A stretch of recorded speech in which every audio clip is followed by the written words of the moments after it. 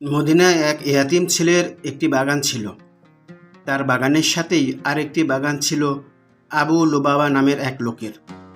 সেই ইয়াতীম ছেলেটি নিজের বাগান বরাবর একটি প্রাচীর দিতে গিয়ে দেখল প্রতিবেশীর একটি খেজুর গাছ সীমানার মধ্যে পড়ে যাচ্ছে। ছেলেটি তার প্রতিবেশীর কাছে গিয়ে সমস্যার কথা বলে সীমানার খেজুর গাছটি কিনতে চাইল, যাতে প্রাচীরটি সোজা হয়। কিন্তু প্রতিবেশী আবু লুবাবা কোনোভাবেই রাজি হচ্ছিল না। কোনো উপায় না পেয়ে সেই ইয়াতীম ছেলেটি রাসূলুল্লাহ সাল্লাল্লাহু আলাইহি ওয়াসাল্লামের কাছে গিয়ে পুরো ঘটনা বুঝিয়ে বলল। আল্লাহ রসুল সাল্লাল্লাহু আলাইহি ওয়াসাল্লাম আবু লুবাবাকে ডেকে পাঠালেন। আবু লুবাবা মসজিদে নববীতে নবী করিম সাল্লাল্লাহু আলাইহি ওয়াসাল্লামের সাথে দেখা করলেন। আল্লাহ রসুল সাল্লাল্লাহু আলাইহি ওয়াসাল্লাম সেই খেজুর গাছটি অর্থের বিনিময় হলেও ইয়াতীম ছেলেটিকে দিয়ে দিতে অনুরোধ করলেন আবু লুবাবাকে, কিন্তু তিনি রাজি হলেন না। রাসূলুল্লাহ সাল্লাল্লাহু আলাইহি ওয়াসাল্লাম এক পর্যায়ে তাকে বললেন, তোমার ভাইকে ওই খেজুর গাছটি দিয়ে দাও, আমি তোমার জন্য জান্নাতে একটি খেজুর গাছের জিম্মাদার হব। এমন লাভের প্রস্তাব শুনেও আবু লুবাবা খেজুর গাছটি দিতে রাজি হলেন না। রাসূলুল্লাহ সাল্লাল্লাহু আলাইহি ওয়াসাল্লাম এই পর্যায়ে চুপ হয়ে গেলেন। এর চেয়ে বেশি তিনি তাকে আর কি বলতে পারেন। উপস্থিত সাহাবীদের মধ্যে সাবিত রাদিয়াল্লাহু তাআলা আনহু ছিলেন। তিনি আবু দাদাহ নামেও পরিচিত ছিলেন। মদিনায় তার অসাধারণ একটি সুন্দর বাগান ছিল। প্রায় 600 গেজ খেজুর গাছ ছাড়াও একটি মনোরম বাড়ি ও একটি পানির কুয়াও ছিল সেই বাগানে। মদিনার সব বড় বড় ব্যবসায়ীদের কাছে আবু দাদাহ রাদিয়াল্লাহু তাআলা আনহুর বাগানটি সুপরিচিত ছিল। তিনি পরিবার নিয়ে সেই বাগানেই বসবাস করতেন। আবু দাদাহ রাদিয়াল্লাহু তাআলা হঠাৎ রাসূলুল্লাহ সাল্লাল্লাহু আলাইহি ওয়াসাল্লামের কাছে গিয়ে বললেন, হে আল্লাহ রসুল সাল্লাল্লাহু আলাইহি ওয়াসাল্লাম, আমি যদি আবু লুবাবার কাছে ওই খেজুর গাছটি কিনে এই ইয়াতীমকে দিয়ে দেই, তাহলে আমিও কি একটি খেজুর গাছ জান্নাতের মালিক হব? রাসূলুল্লাহ সাল্লাল্লাহু আলাইহি ওয়াসাল্লাম বললেন, হ্যাঁ, তোমার জন্য জান্নাতে খেজুর গাছ থাকবে। আবু দাদাহ রাদিয়াল্লাহু তাআলা আনহুর সাথে সাথে আবু লুবাবাকে বললেন, আপনি আমার সেই সম্পূর্ণ বাগানটি গ্রহণ করুন এবং সেই খেজুর গাছটি আমাকে দিয়ে দিন।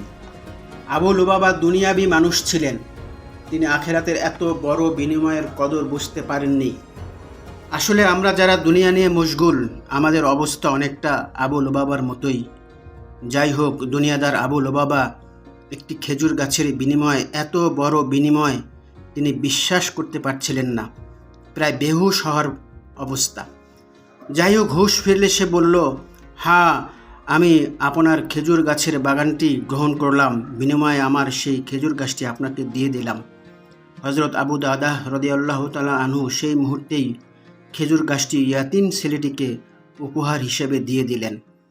তারপর রাসূলুল্লাহ সাল্লাল্লাহু আলাইহি ওয়াসাল্লাম দিকে তাকিয়ে বললেন, ইয়া রাসূলুল্লাহ সাল্লাল্লাহু আলাইহি ওয়াসাল্লাম, আমি কি এখন জান্নাতে একটি খেজুর গাছের মালিক হলাম? রাসূলুল্লাহ সাল্লাল্লাহু আলাইহি ওয়াসাল্লাম বললেন, আবু দাদাহর জন্য সুখবর, তিনি জান্নাতে এখন কত বড় বিশাল বিশাল খেজুর বাগানের মালিক হয়েছেন তা সে কল্পনা করতে পারবে না। হযরত আনাস রাদিয়াল্লাহু তাআলা আনহু বর্ণিত, তিনি বলেন, এ কথাটি রাসূলুল্লাহ সাল্লাল্লাহু আলাইহি ওয়াসাল্লাম 1, 2 বা 3 বার বলেননি, বরং খুশি হয়ে বারবার বলছিলেন।